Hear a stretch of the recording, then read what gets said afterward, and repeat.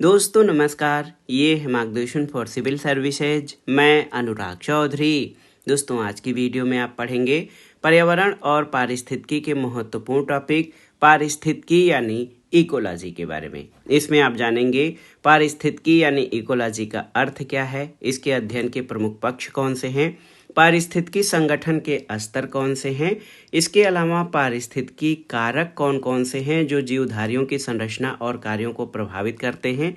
साथ ही इसमें हम आवास और निकेत यानी निशे के बारे में जानेंगे। तो सबसे पहले आइए जानते हैं पारिस्थितिकी यानी इकोलॉजी की परिभाषा क्या है।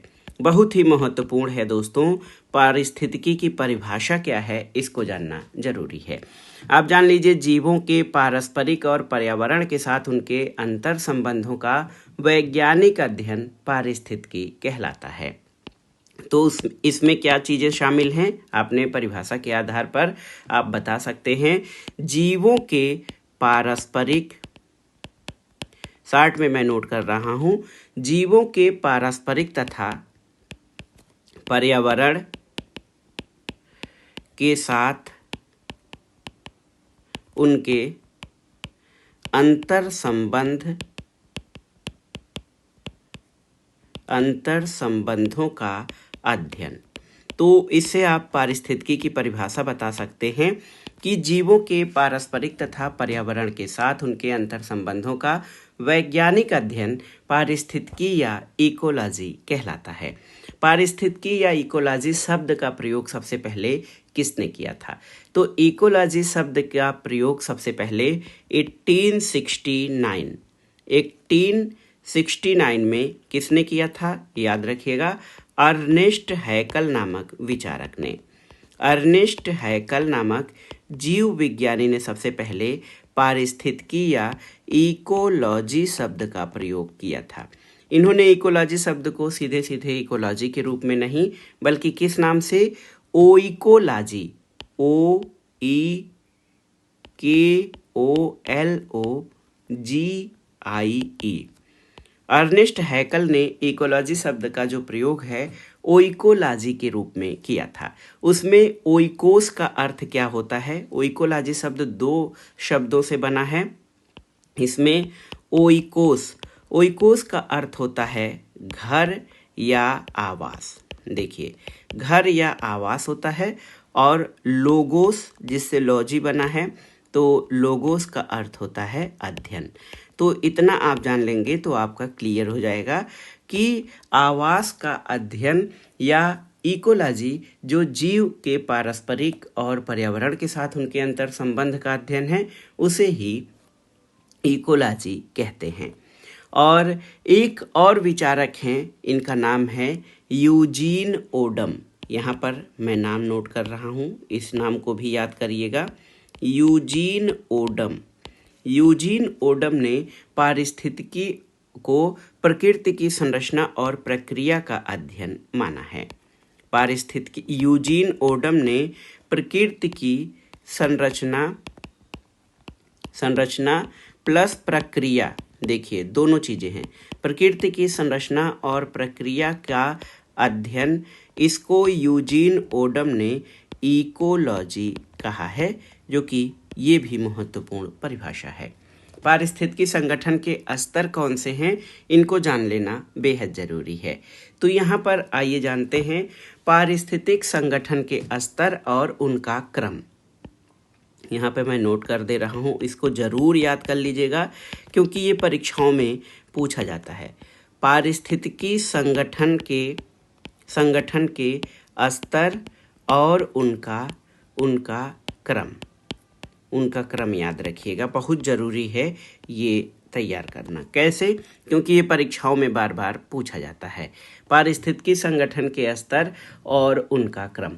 तो सबसे छोटी इकाई पारिस्थितिकी की सबसे छोटी इकाई जीव या व्यष्टि यानी एकल, जो माइक्रो होता है ऑर्गेनिज्म, इंडिविजुअल या ऑर्गेनिज्म को जीव कहते हैं। ये पारिस्थितिक तंत्र की छोटी इकाई होती है और विभिन्न प्रकार के जीव मिलकर समष्टि यानी पॉपुलेशन का निर्माण करते हैं। समष्टियाँ मिलकर ये समुदाय या कम्युनिटी का निर्माण करती हैं और इन सभी के जो आपसी या जो अंतर संबंध हैं इनसे पारितंत्र या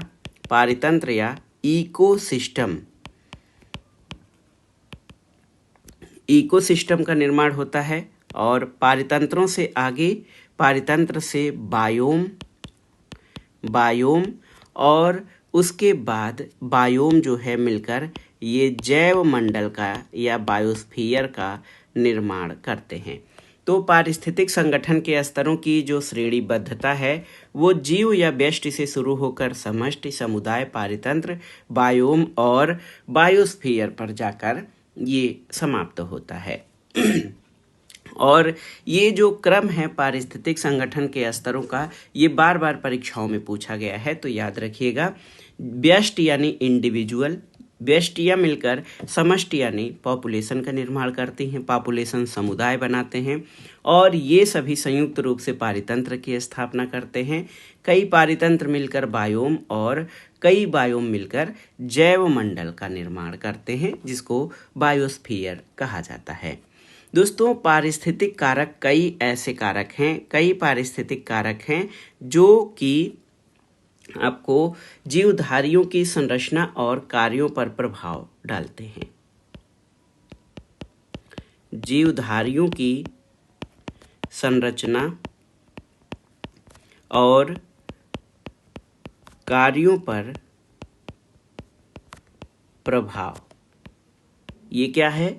इनके प्रभाव डालने वाले कारकों की बात हम करेंगे। तो कई प्रकार के पारिस्थितिक कारक होते हैं जो जीवधारियों की संरचना और कार्यों पर प्रभाव डालते हैं। तो इसमें जलवायुवी कारक महत्वपूर्ण हैं, स्थलाकृति महत्वपूर्ण है। ये ऐसे पारिस्थितिक कारक हैं जो जीवों की संरचना और कार्यों पर, संरचना इसलिए कि जिस परिस्थिति में कोई भी जीव रहता है उसकी संरचना और कार्य अलग अलग हो जाते हैं। मृदीय कारक भी होते हैं, जैवीय कारक भी होते हैं। ये सभी पारिस्थितिक कारक हैं जो जीवों की संरचना और उनके कार्यों को प्रभावित करते हैं। जलवायु के अंतर्गत आप जानते हैं प्रकाश होता है, तापमान होता है, जल, वर्षा और सबसे देखिए जल, वर्षा और एक महत्वपूर्ण कारक वायु। ये सभी जीवधारियों के संरचना और कार्यों पर प्रभाव डालने वाले जलवायुवी कारक हैं। दूसरा स्थलाकृतिक कारक, तो स्थलाकृतियों में ऊंचाई, ढलान की मात्रा, ढलान की दिशा, ये सभी कारक स्थलाकृतिक कारक हैं जो जीवधारी की संरचना और कार्यों पर प्रभाव डालते हैं। मृदीय कारक भी कई प्रकार के होते हैं। तो मृदा कई खनिज पदार्थों का जो है मिश्रण है। खनिज पदार्थ होते हैं इसमें कार्बनिक पदार्थ भी होते हैं कई प्रकार के। उसके बाद मृदा में जो जल होता है और मृदा में वायु और मृदा की अभिक्रिया, ये ऐसे पारिस्थितिक कारक हैं जो जीवों की संरचना और कार्यों को प्रभावित करते हैं।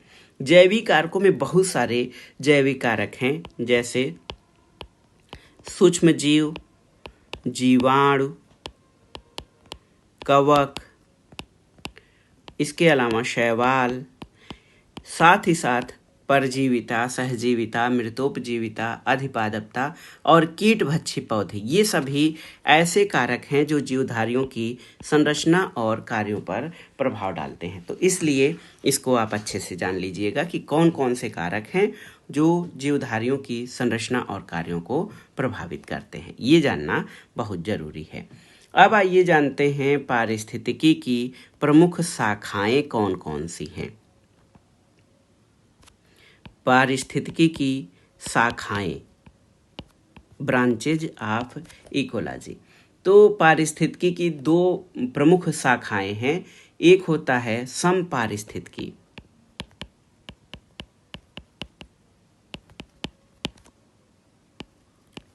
एक तो है समपारिस्थितिकी और दूसरी शाखा स्वपारिस्थितिकी। देखिए, पारिस्थितिकी की दो मुख्य शाखाएं हैं, समपारिस्थितिकी और स्वपारिस्थितिकी। तो अध्ययन का विषय समुदाय या पारितंत्र है। ये समपारिस्थितिकी समुदाय या पारितंत्र या इकोसिस्टम का अध्ययन करता है और स्वपारिस्थितिकी जीवों की एक जाति की पारिस्थितिकी का अध्ययन करता है। देखिए, समपारिस्थितिकी जो है ये समुदाय या पारितंत्र यानी बड़े क्षेत्र का अध्ययन करता है। इसमें कौन कौन से चीज़ें आती हैं? वन, घास स्थल या घास क्षेत्र प्रमुख हैं। स्वपारिस्थितिकी जीवों की एक जाति या पारिस्थितिकी का अध्ययन है। इसमें मान लीजिए किसी हिरन का जीवन चक्र, उसका समष्टि और आवास का अध्ययन ये स्वपारिस्थितिकी के अंतर्गत आता है। यानी स्वपारिस्थितिकी जो है ये छोटी शाखा है जो पारिस्थितिकी है। इसमें केवल जीवों की एक जात की पारिस्थितिकी का अध्ययन किया जाता है, जबकि समपारिस्थितिकी या सिन इकोलॉजी जो होता है ये अध्ययन का विषय इसका व्यापक है। समुदाय या पारितंत्र का अध्ययन इसमें किया जाता है। एक और पर्यावरण पारिस्थितिकी में एक टॉपिक आता है हैबिटेट। इसको हिंदी में पर्यावास या आवास कहते हैं। तो हैबिटेट क्या है इसको जान लीजिए। तो वह भौतिक पर्यावरण जिसमें कोई जीव रहता है, वह भौतिक पर्यावरण जिसमें कोई जीव रहता है वो उसका पर्यावास या हैबिटेट कहलाता है। इसको आप जान लीजिए। जैसे जंगल हाथी का पर्यावास है, मानव अंत फीता कृमि जो टेप वर्म होता है उसका पर्यावास है, और सड़ी गली वस्तुएं ये कवक का पर्यावास है। तो वह भौतिक पर्यावरण जिसमें कोई जीव रहता है वो उसका पर्यावास कहलाता है। पर्यावास में खाद्य, जल, स्थान और आश्रय तीनों शामिल होते हैं। पर्यावास में क्या क्या चीज़ें शामिल होती हैं? खाद्य पदार्थ जैसे जल, स्थान और आश्रय, ये तीनों ही पर्यावास में शामिल होने चाहिए। उसका भोजन की व्यवस्था हो, जल की व्यवस्था हो, स्थान और उसके लिए आश्रय, ये पर्यावास के प्रमुख संरचनात्मक घटक कहलाते हैं। एक और टॉपिक जिस पे हमने चर्चा करने के लिए कहा था, निकेत या निषेध क्या है, इसको भी इसमें हम जानेंगे। निकेत या निषेध क्या है? देखिए, ये पूछा जाता है कि निकेत की अवधारणा सबसे पहले किसने दी थी? तो याद रखिएगा 1917 में जोसेफ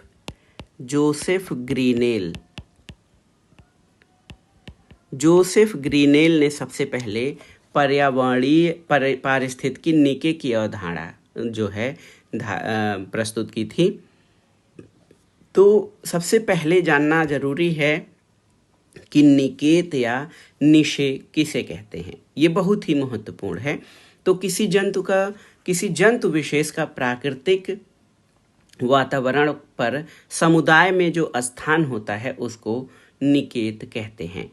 और इसकी परिभाषा अगर आप देखेंगे तो एक सूक्ष्म निवास जिसमें एक ही प्रकार की जाति अथवा उपजाति निवास करती है। तो निकेत जो है ये सूक्ष्म निवास होता है, सूक्ष्म निवास जिसमें केवल एक ही प्रकार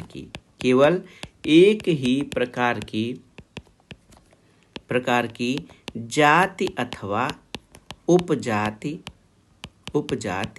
निवास करती है, उसको निषेध कहते हैं। निषेध या निकेत, तो ये जान लीजिएगा दोस्तों, एक ही प्रकार की जाति या उपजाति का निवास जो है वो निके कहलाता है। और इसकी विशेषताएं होती हैं कि ये किसी प्रजाति का जो निकेत होता है ये अद्वितीय होता है। एक निकेत में दो जातियां, एक निकेत में एक ही जाति का या उपजातियों का दो जातियों का दो जातियों का एक साथ निवास नहीं होता है। ये निकेत की सबसे महत्वपूर्ण विशेषता है। और एक निकेत की जाति दूसरे निकेत में रहने वाली जाति की पूरक होती है। और निकेत जीव के कार्य और आवास, ये जीव के कार्य और आवास दोनों का सूचक होता है। तो दोस्तों ये था आज का वीडियो। पर्यावरण और पारिस्थितिकी के अंतर्गत हमने इसमें पारिस्थितिकी यानी इकोलॉजी क्या है, इसके प्रवर्तक या इस शब्द के प्रथम प्रयोगकर्ता कौन है, पारिस्थितिकी के प्रमुख घटक कौन है, आवास किसे कहते हैं, निकेत क्या है और इसका प्रयोग सबसे पहले किसके द्वारा किया गया, इन सब के बारे में हमने जाना है। और यहाँ से परीक्षाओं में प्रश्न पूछे जाते हैं, तो आप इस टॉपिक को अच्छे से तैयार कर लीजिएगा। वीडियो आपको कैसा लगा हमें कमेंट बॉक्स में ज़रूर बताइएगा। वीडियो को लाइक करें, शेयर करें और इस चैनल मार्गदर्शन फॉर सिविल सर्विसेज को सब्सक्राइब करें। वीडियो देखने के लिए धन्यवाद दोस्तों। नमस्कार।